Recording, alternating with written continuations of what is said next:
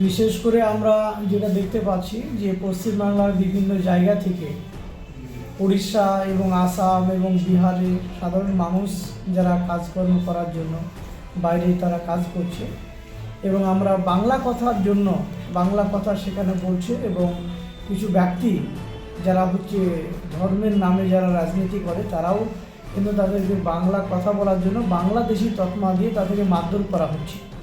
অনেক সময় আপনাদের সোশ্যাল মিডিয়াতে আমরা দেখতে পাই বা সাংবাদিকের মাধ্যম দিয়ে বা টিভিতে যে তাদেরকে মারধর করছে, কিন্তু আমরা যেটা দেখলাম বিভিন্ন জায়গা থেকে আমরা খবর পাচ্ছি যে সোশ্যাল মিডিয়ার বাইরেও অনেক বাংলা কথা বলার জন্য অনেক মানুষকে সেখানে শুধু মুসলিম কমিউনিটিকে মারছে তা নয়, অন্য অন্য কমিউনিটিকেও যারা কাজে যাচ্ছে তাদেরকেও মারছে, শুধু কারণ বাংলা কথা বলছে ভাবছে যারা বাংলাদেশি।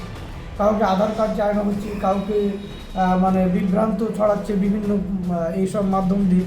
আমরা আপনাদের মাধ্যম দিয়ে প্রতিবাদ করতে চাই। বাংলার মাননীয় মুখ্যমন্ত্রীকে অলরেডি আমরা জানিয়েছি যে যারা বাইরে কাজে আছে যেভাবে অত্যাচার করছে উড়িষ্যা, বিহার এবং আপনার আসাম, তাদের সঙ্গে কথা অলরেডি সরকারের তরফ থেকে তারা অলরেডি কথা বলেছে, অনেক সিনিয়র আইএস অফিসাররাও কথা বলেছে আমরা যতটুকু খবর পেয়েছি।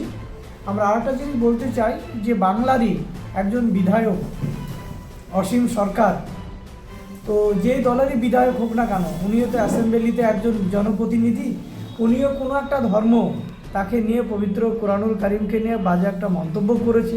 সেই মন্তব্যতে প্রত্যেকটা থানায় শুধু নয়, প্রত্যেকটা পশ্চিমবাংলার প্রত্যেকটা জেলাতেই অলরেডি আমাদের ইমাম সংগঠন তারা অলরেডি এফআইআর তার বিরুদ্ধে কেস দায়ের করেছে। এখনও অবধি উনি গ্রেপ্তার হয়নি। তো এই জিনিসটা কেন হচ্ছে না? আজকে উস্কানিমূলক কথা কে বা কারা বলল, তাহলে এখনও কেন গ্রেপ্তার হলো না? সেই জন্য আমরা প্রশাসনের দৃষ্টি আকর্ষণ করছি। তার সঙ্গে সঙ্গে আমরা বলতে চাই যে দলের বিধায়ক হোক না কেন, সেই বিধায়ক যারা আছে সেই দলের মুখপাত্র কেন কিছু বলছে না? তাহলে আজকে যদি সংখ্যালঘুর একটা কোনো কথা সেটাকে বলে, সেটাকে নিয়ে তোলপাড় হয়ে যায়, আর আজকে এত বড় একটা কথা বলেছে এখন অবধি সে গ্রেপ্তার হয়নি, সেই জন্য সেটাও আমরা দৃষ্টি আকর্ষণ করছি।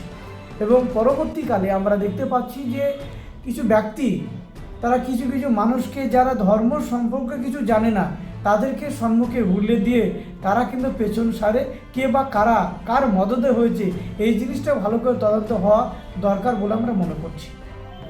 আমি মৌলানা আব্দুর রাজ্জাক, অল ইন্ডিয়া ইমাম মসজিদের রাজ্য এবং জেলার সাধারণ সম্পাদক।